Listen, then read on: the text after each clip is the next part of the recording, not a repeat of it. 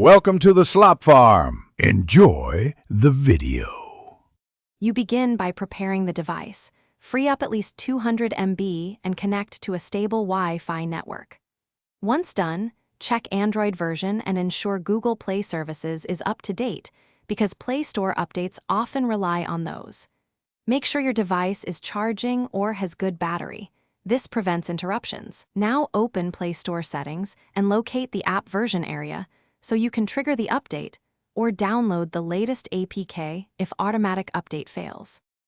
You proceed to the execution phase by opening Play Store, tapping your profile, then Settings, About, and Update Play Store. If an update is available, it will install automatically.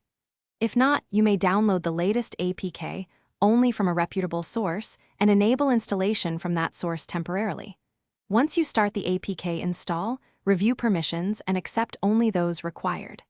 After installation, restart Play Store. This forces the new binaries to load and resolves many common version mismatches. To finish, restart your device and verify the Play Store version in Settings, About. This confirms success.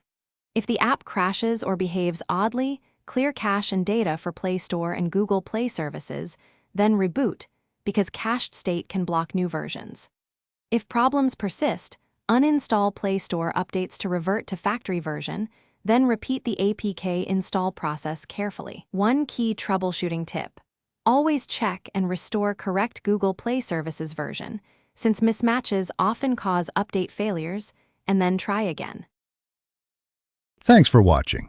Consider subscribing if we helped you today.